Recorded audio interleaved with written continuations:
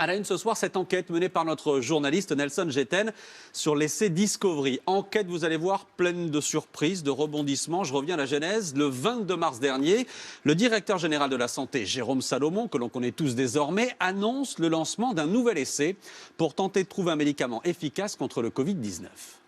L'INSERM a annoncé aujourd'hui le lancement d'un essai clinique européen destiné à évaluer 4 traitements expérimentaux pour lutter contre le coronavirus. Baptisé Discovery, il inclut notamment l'hydroxychloroquine. Voilà le baptême, essai lancé par la France, par l'INSERM, avec l'appui d'autres pays européens. Le principe sur le papier est très simple. Il faut recruter 3200 patients hospitalisés pour le Covid-19 en Europe, les diviser en 5 bras, c'est-à-dire en 5 groupes.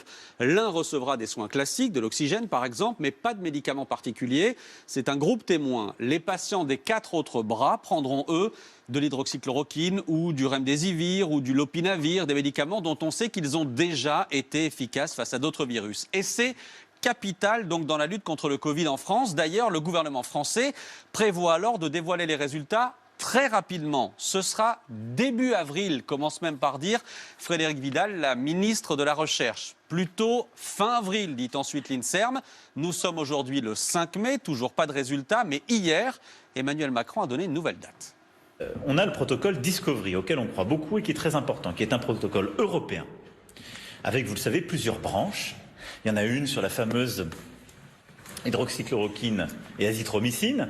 Il y en a aussi sur le remdesivir et plusieurs autres protocoles de traitement. On est le pays européen qui est le plus engagé dans ce protocole Discovery. On aura des résultats le 14 mai sur ce protocole. Le président promet des résultats dans 10 jours. Je vous présente le professeur France Mentret, l'une des responsables de cet essai Discovery. Je suis la responsable méthodologique et statistique de Discovery, donc non, je ne pense pas qu'il y aura de résultats le 14 mai. Je pense qu'il y a eu un problème de communication des informations. On a le 11 mai un Data Safety Monitoring Board, c'est-à-dire un comité d'experts extérieurs qui vont regarder les données sur les 730 premiers patients inclus. Et suivant les résultats, ils vont nous dire de continuer l'essai ou ils vont nous communiquer des résultats. Mais vu que ça fait à peu près 150, même pas 130 patients par bras, ça fait très peu de patients. Et donc, on a quand même beaucoup de chances qu'ils nous disent juste continuer l'étude. Auquel cas, on ne verra aucun des résultats. Le professeur Mentret prévoit plutôt des résultats complets fin juin. On pourrait avoir des données partielles avant si, par exemple, tel médicament se montrait très efficace. Pour l'instant, ça n'est pas le cas. Alors, pourquoi un tel retard dans cet essai Discovery? Pour le comprendre, d'abord, regardez cette carte. La carte des pays européens qui étaient prêts à participer à cet essai lancé par la France fin mars. Vous les voyez, ces pays. Regardez maintenant quels pays ont effectivement recruté des patients qui participent à l'essai Discovery. Il en reste 2 en vert. 2 en vert, c'est-à-dire la France. Et juste à droite, le Luxembourg. Ah oui, moi aussi, je ne comprenais pas. La Corse, elle est incluse dans la France. Ah bon, d'accord. La France, on est autour de 750 patients suivis. Il y a la France, le Luxembourg. 2 pays, c'est tout. Mais attendez, question importante posée à celle qui est en charge de l'essai Discovery au Luxembourg, le docteur Thérèse Staub. Combien de patients vous avez réussi à recruter pour le moment? Pour le moment, nous avons recruté un seul patient. Parce qu'en fait, l'étude est chez nous en place que depuis une dizaine de jours. On a prévu d'en inclure jusqu'à 60, mais les inclusions se font lentement. Le 14 mai, on aura peut-être un deuxième patient, mais on ne pourra pas donner beaucoup de résultats. Comment vous expliquez que l'étude a commencé il y a une dizaine de jours chez vous, alors qu'elle a été lancée le 22 mars par l'INSERM?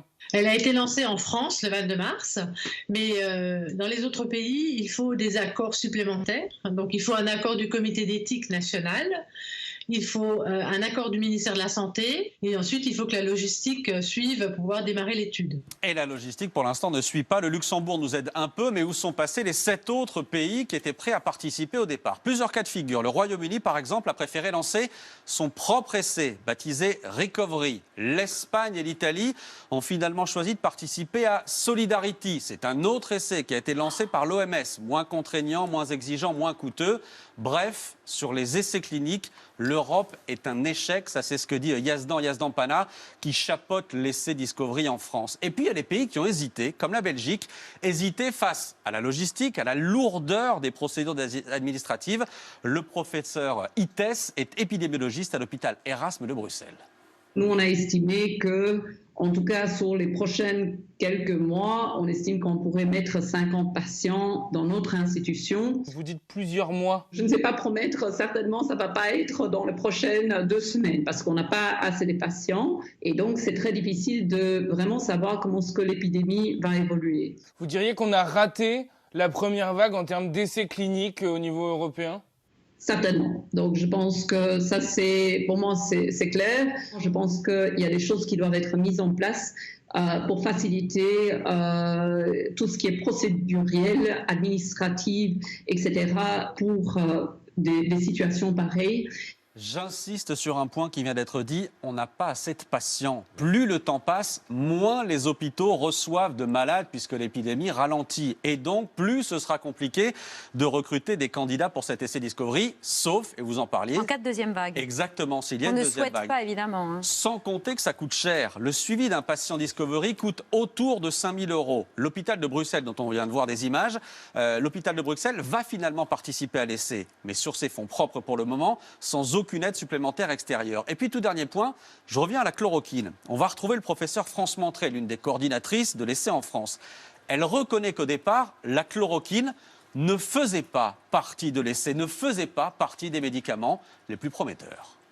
Au début, notre étude devait avoir que 4 bras, donc ne pas évaluer l'hydroxychloroquine. Et en fait, à cause du buzz autour de l'hydroxychloroquine, on m'a demandé un soir, de manière très précise, de rajouter le bras hydroxychloroquine, sans même avoir le choix, et de faire ça le gouvernement, on va dire. Et les instances scientifiques, le conseil scientifique du gouvernement. Donc sans l'intervention du gouvernement, vous n'auriez pas inclus l'hydroxychloroquine et la chloroquine dans votre étude ? Oui. Oui.